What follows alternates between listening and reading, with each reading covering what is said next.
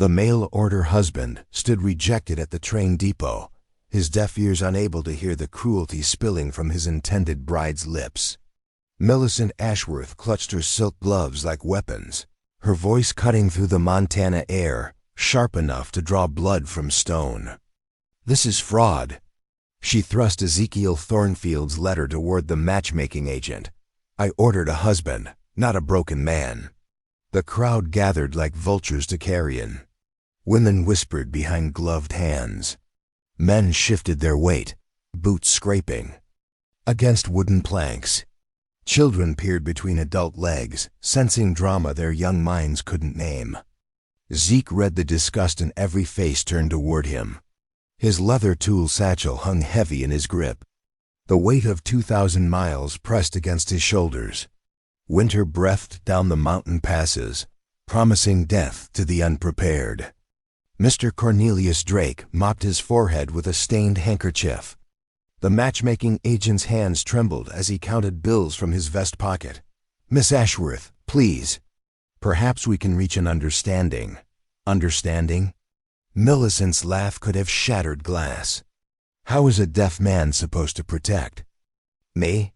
Provide for me? He can't even hear danger approaching. The words struck Zeke silent as hammer blows. He had survived a mining collapse that killed 3 good men, had pulled himself from rubble and darkness when his world went forever quiet, had learned to read lips, to sense vibration through floorboards, to watch shadows for approaching threats. None of that mattered here. Not to this woman who saw only what was missing. From the crowd's edge, Cordelia Whitmore watched the public execution. She knew the taste of rejection. Had felt the town's judgment since her husband died 2 years past. Had endured whispered speculation about her unconventional teaching methods, her refusal to remarry quickly, her stubborn independence. The widow stepped forward. Her boots clicked against the depot's worn boards. She pulled a pencil stub and paper scrap from her coat pocket, scribbled words with careful precision. Zeke felt the paper pressed into his palm. His eyes found hers. Brown eyes that held no pity, only recognition of shared wounds. "I'm sorry this happened to you. Do you have somewhere to stay?" He read her note twice. His own pencil appeared, weathered fingers forming careful letters. "No, thank you for your kindness." Millicent gathered her skirts, preparing to depart. In righteous indignation, "Mr. Drake, I expect a proper replacement within the month. And a full refund for this embarrassment." The matchmaking agent nodded frantically. His schemes required satisfied customers, not public scenes. He would find another mark in another town, leave Zeke stranded like so much discarded freight. Cora watched the crowd begin to disperse. Reverend Hosea Grimm approached, his black coat flapping like carrion wings. His pale eyes held warning. "Mrs. Whitmore, I trust you'll remember your position in this community." She met his gaze without flinching. "I remember many things, Reverend." The implied threat hung between them. Her teaching position balanced on the town council's approval. One scandal could cost her everything. Leave her dependent on charity or force her into unwanted marriage. But the alternative was watching a decent man freeze or starve because society deemed him incomplete.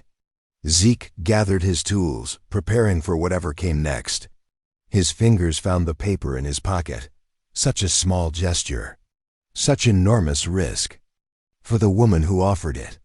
Cora approached again, wrote another note. "My schoolhouse needs repairs. The work pays fair wages." He studied her face for deception, found none. Wrote his response with careful consideration. "Why help me?" She took the pencil, considered her words. Around them, the depot emptied. Millicent's carriage rattled away toward the hotel. Mr. Drake slithered toward the saloon, seeking liquid courage for his next con. Because some things matter more than what people think. The words carried weight beyond their simple construction.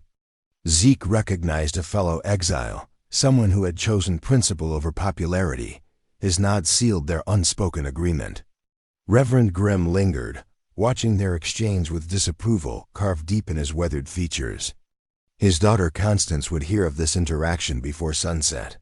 The gossip mill would grind their reputations to dust by week's end. Cora gathered her shawl closer. The autumn wind carried promises of early snow. The schoolhouse is on Cedar Street. Red door, broken shutters. Can you start tomorrow? Zeke nodded again. His first employment in 3 months. His first hope since leaving Illinois. The weight in his chest lifted slightly, replaced by something resembling possibility. As they parted ways, neither spoke of the unthinkable consequences lurking ahead. Neither acknowledged the social suicide they courted. Two broken souls had found momentary shelter in mutual necessity. The wind picked up, scattering dust and dried leaves across the empty depot. Somewhere in town, Millicent composed angry letters to the matchmaking service. Mr. Drake planned his escape to the next unsuspecting community. But on Cedar Street, lamplight flickered in the schoolhouse window. Cora prepared lessons for students who struggled with traditional methods. Students the town council had forbidden her to help with hand signals and visual aids. Tomorrow would bring the deaf carpenter to her door. Tomorrow would begin the dangerous dance of two outcasts, building something beautiful from the wreckage of other people's expectations. The first step was always the hardest. They had both taken it now. Dawn crept through the schoolhouse windows, revealing the full extent of the damage. Broken floorboards gaped like missing teeth. Water stains mapped territories of neglect across the walls. The pot-bellied stove listed to one side, its chimney pipe dangling by rust and prayer. Zeke ran his hands along the window frames, feeling vibrations that spoke of structural weakness. His fingers read the building's pain in ways his ears never could. The schoolhouse had been dying slowly, starved of attention and care. Cora arrived with coffee steaming in tin cups. She set one near his tools, watched him work without interruption. His movements held precision born of necessity. Every nail placement deliberate. Every cut measured twice. The children gathered outside, pressing faces against dirty glass. Timothy Baker lingered longest, his 8-year-old eyes tracking Zeke's every motion. The boy's lips moved constantly, practicing words that never came out right. Speech twisted in his mouth, betraying thoughts his mind formed clearly. By noon, Zeke had removed the rotted boards. Exposed beams showed the schoolhouse's good bones beneath decades of neglect. He pulled out his pencil, sketched modifications on brown paper. Adjustable desks for different heights. Storage cubbies built into walls. A slateboard system that could accommodate various learning needs. Cora studied his drawings. Her breath caught at the innovation hidden in simple lines. This wasn't just repair work. This was transformation. She wrote on the paper's margin, "How do you know what they need?" Zeke's response came slowly, each word chosen with care. "I know what it feels like to learn differently." The afternoon brought visitors. Constance Grimm appeared first, her pale dress pristine against the construction dust. Reverend Grimm's daughter carried herself with the righteousness of the perpetually judgmental. Her notebook emerged from her reticule, pencil poised to document. Impropriety. "Mrs. Whitmore, I trust you're maintaining appropriate supervision." Cora didn't look up from sorting lumber. "Mr. Thornfield is completing necessary repairs. Unchaperoned work seems irregular." The accusation hung in the sawdust thick air. Constance scribbled notes, building her case brick by brick. Her father's sermons about moral decay would find fresh ammunition in a widow working alone with a rejected man. Millicent's arrival turned observation into spectacle. She swept through the door in emerald silk, still waiting for her replacement husband. Her eyes tracked the improvements with growing irritation. How industrious. Though I suppose beggars cannot be choosers. Zeke felt the malice without hearing the words. He continued measuring boards, his jaw tight with controlled anger. Cora stepped closer, her presence a shield against unspoken cruelty. The children return Monday. The work must be finished. Both women departed carrying ammunition. By evening, half the town would know about the widow and her hired hand. The other half would embellish the story beyond recognition. Sunday brought the first breakthrough. Timothy Baker slipped into the schoolhouse while his parents attended service. He watched Zeke install the adjustable desks, then tugged the carpenter's sleeve. The boy's hands moved in careful gestures. Basic signs Cora had taught him in secret. Signs that bypassed his struggling speech entirely. "Thank you," Timothy signed, "for making it better." Zeke's throat constricted. His own hands responded. Automatically, muscle memory from childhood before the accident stole his hearing. "You know signs?" "Mrs. Whitmore teaches us, when no one watches." The revelation struck both men silent. Cora had been risking everything to help children. The system failed. Her forbidden methods were already working miracles. Monday's school session transformed into something unprecedented. Timothy flourished with the new visual aids. Sarah McKenna, who struggled with traditional arithmetic, suddenly grasped mathematical concepts through Zeke's tactile counting boards. Even the advanced students found new ways to engage with learning. But success drew scrutiny. Mayor Aldrich Stone arrived Tuesday morning with the full school board. In tow, their boots echoed against Zeke's new floorboards as they surveyed the transformed space. "Interesting modifications," Mayor Stone observed. His politician's voice revealed nothing. Cora straightened, preparing for battle. The repairs exceeded expectations. Indeed. The mayor's eyes tracked his son Benjamin, who was demonstrating the new slate board system to younger children. The boy who had struggled with traditional lessons now helped others with quiet confidence. School board member Jonas Hartwell frowned at the unconventional setup.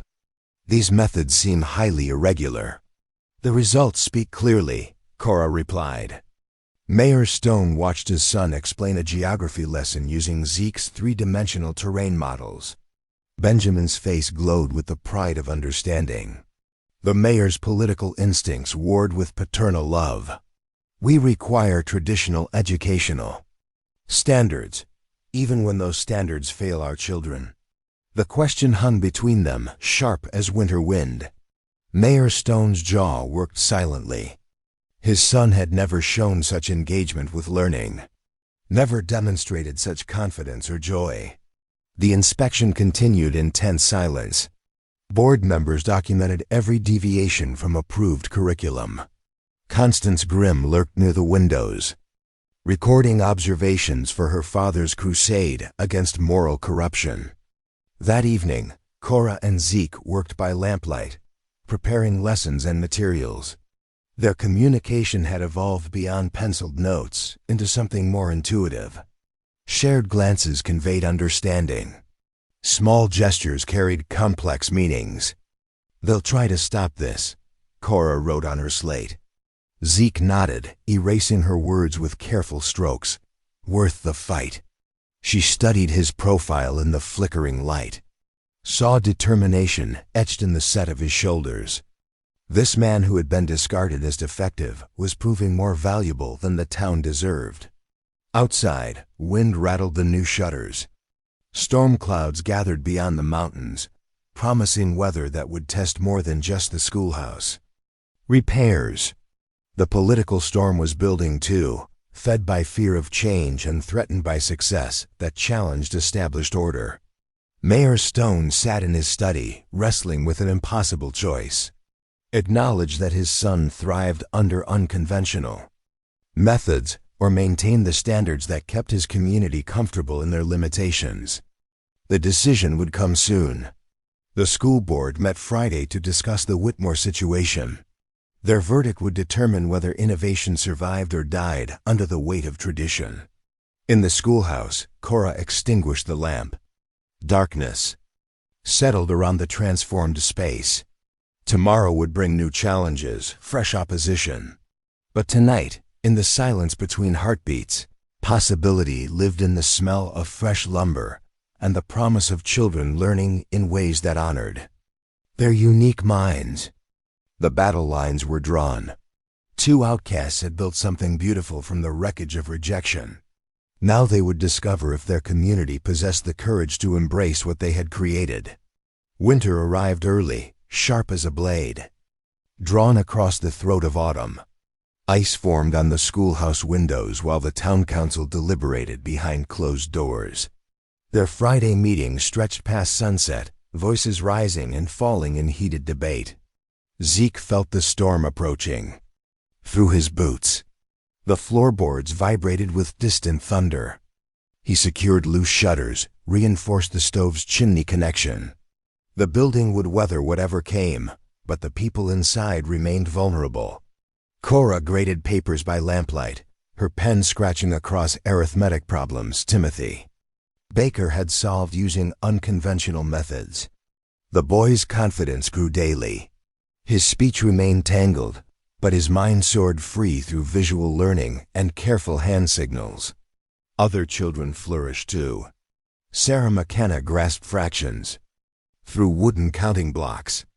Benjamin Stone led geography lessons using terrain models.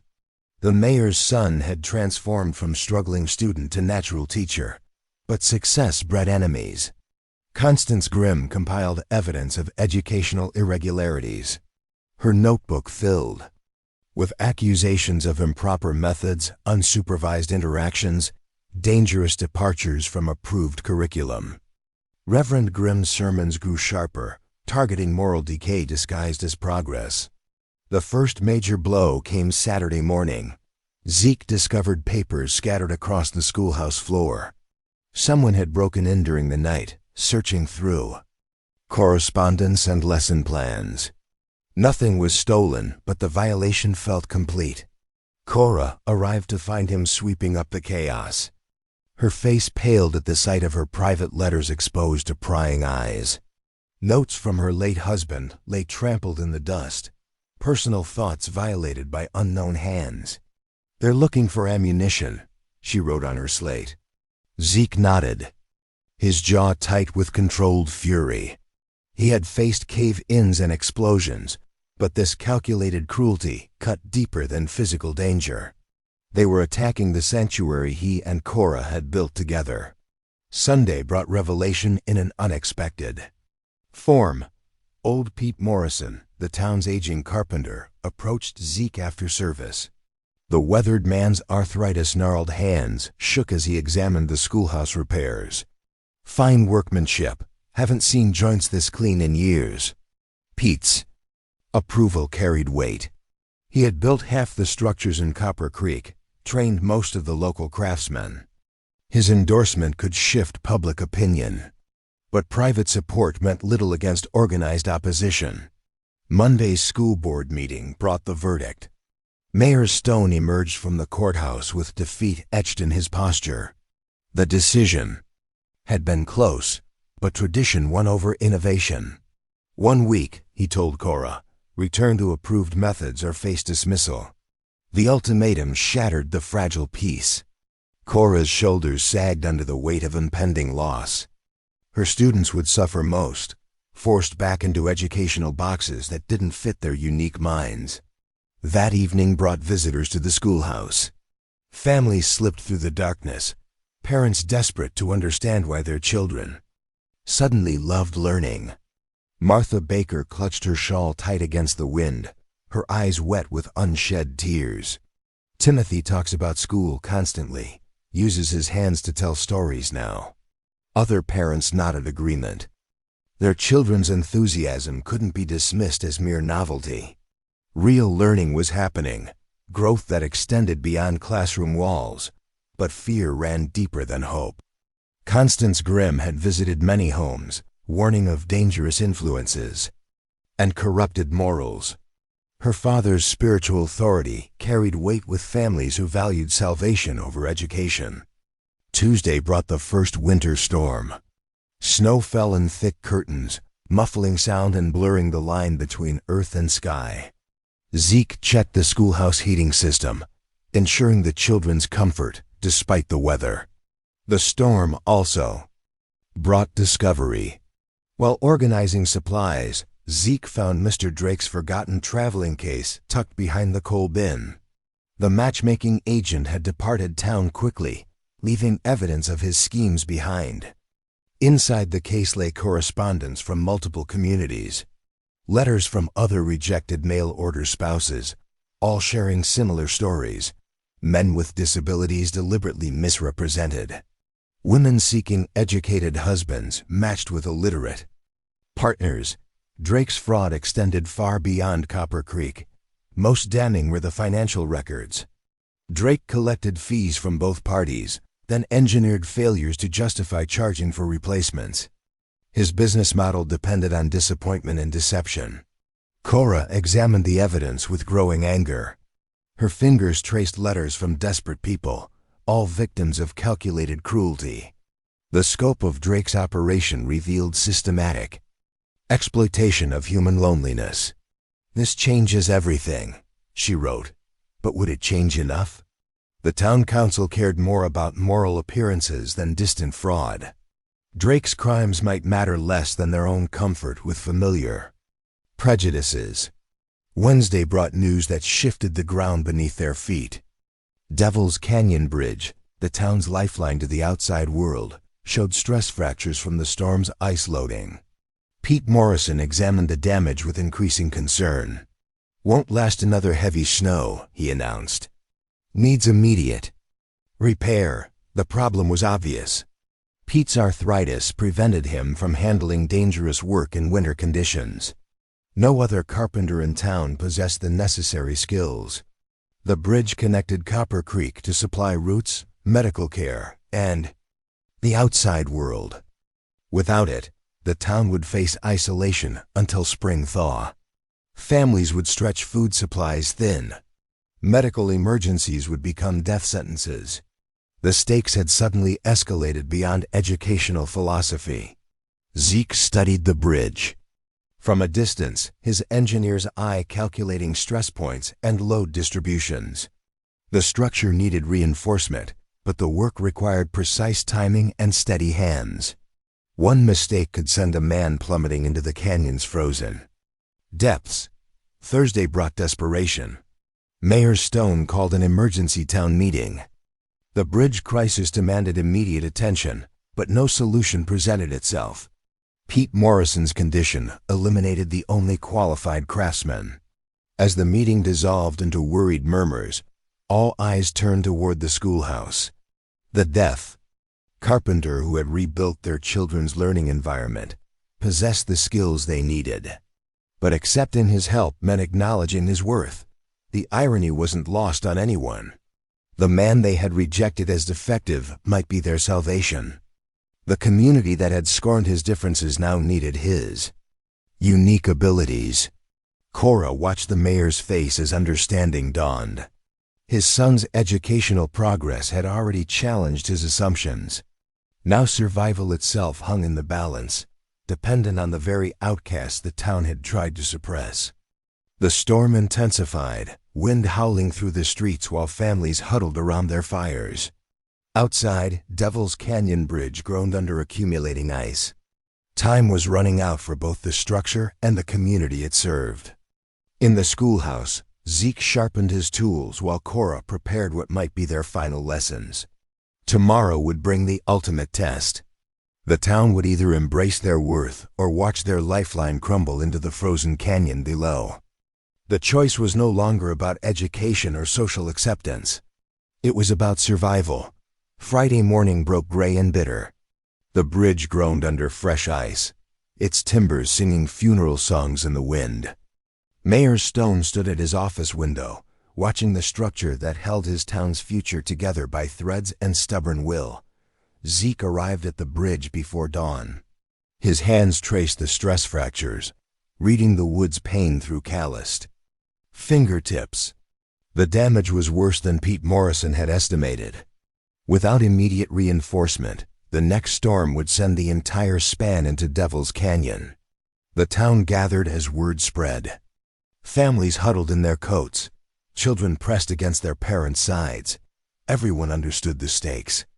No bridge meant no supplies, no doctor, no connection to the world beyond the mountains. How can he work safely? Jonas Hartwell demanded. A deaf man can't hear warnings or calls for help. Mayor Stone studied Zeke's careful examination of the bridge's bones. His son Benjamin stood nearby, translating the carpenter's gestures into words the adults could understand. The boy who had struggled with traditional learning now served as crucial interpreter. Perhaps that's exactly what we need, Cora said. Quietly, someone who won't be distracted by fear or noise. The radical proposal took shape in the morning cold. Zeke's deafness wasn't a limitation, but an advantage. He could focus entirely on the delicate work while others managed communication and safety through the system they had developed. Constance Grimm stepped forward, her notebook forgotten in the face of community crisis.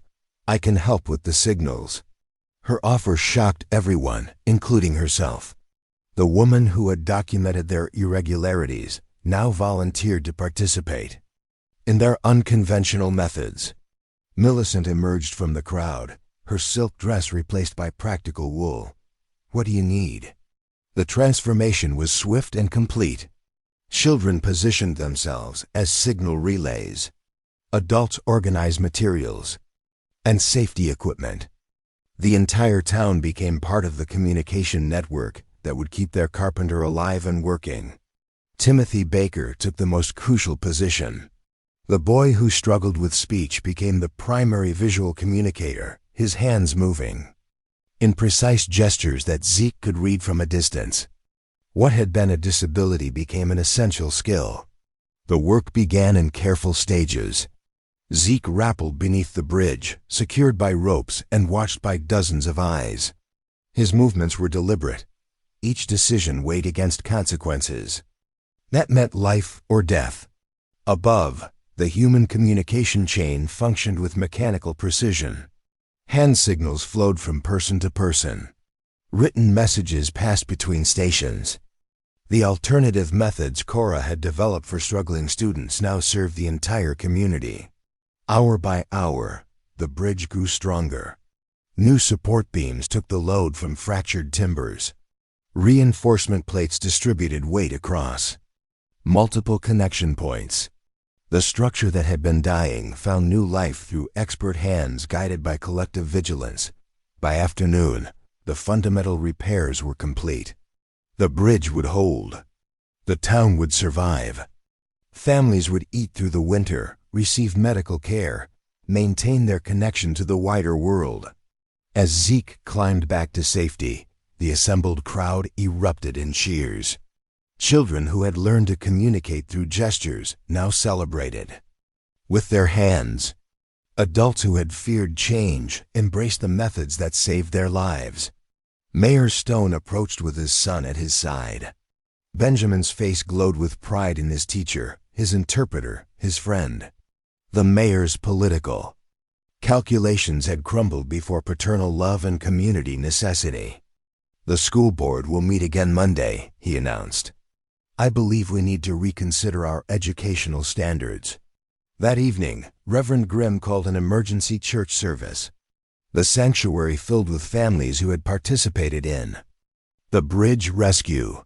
His daughter Constance sat in the front pew, her opposition to unconventional methods transformed by shared purpose. We have witnessed miracles today, the Reverend declared.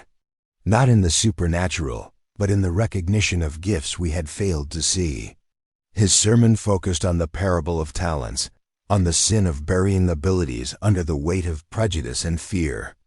The congregation listened with hearts softened by crisis and opened by salvation. Afterward, families approached Zeke and Cora with gratitude and apologies. The mail-order husband who had been rejected now received invitations to dinner, offers of friendship, recognition of his worth. The widow who had risked everything to help him found herself embraced by the community she had served. Mr. Drake's fraudulent papers surfaced during the celebration. His schemes became public knowledge, his victims recognized and supported. The traveling con man's business model collapsed under the weight of exposed truth and community solidarity. Winter deepened, but the town no longer faced it alone. The bridge stood strong, renamed Thornfield Bridge in honor of the man who saved it. The schoolhouse buzzed with innovative learning, its methods now officially approved and celebrated. Timothy Baker became the first student to graduate using integrated communication methods. His ceremony featured both spoken words and careful gestures, honoring all the ways minds could grow and express themselves. Sarah McKenna mastered mathematics through tactile learning. Benjamin Stone developed teaching skills that would serve him throughout life. Dozens of children discovered that their differences were strengths, not weaknesses. Spring brought new challenges and opportunities. Zeke established a carpentry business specializing in adaptive construction.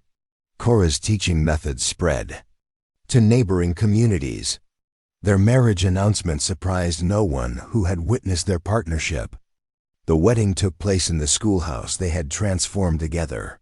Vows were spoken and signed, promises made in multiple languages of the heart. The community that had rejected them now celebrated their union. Millicent found love with a widowed farmer who valued character over perfection. Constance Grimm trained as a teacher, specializing in alternative communication methods. Even Mr. Drake's victims found new hope in communities that had learned to see beyond surface imperfections. The bridge stood as testimony to what could be built when people worked together across their differences. The schoolhouse hummed with learning that honored every child's unique gifts. The community had discovered that strength came not from conformity, but from embracing the full spectrum of human ability. Years later, visitors would cross Thornfield Bridge and wonder at its solid construction. They would visit the school and marvel at its innovative methods. They would hear the story of the mail-order husband who was rejected for being deaf, and the widow who saw his worth and married him. The tale would spread to other communities, carrying hope to other outcasts and inspiration to other towns facing change. It would remind listeners that worth isn't measured by conventional standards, that communication transcends words, and that the strongest foundations are built by those who understand both destruction and creation. And that is all to the story, for now. Please let me know where you are tuning in from. Perhaps we will create a story there. Consider liking this video and subscribing to our channel. And if you enjoy our content, click this video on your screen. I promise you, it's worth watching. See you tomorrow.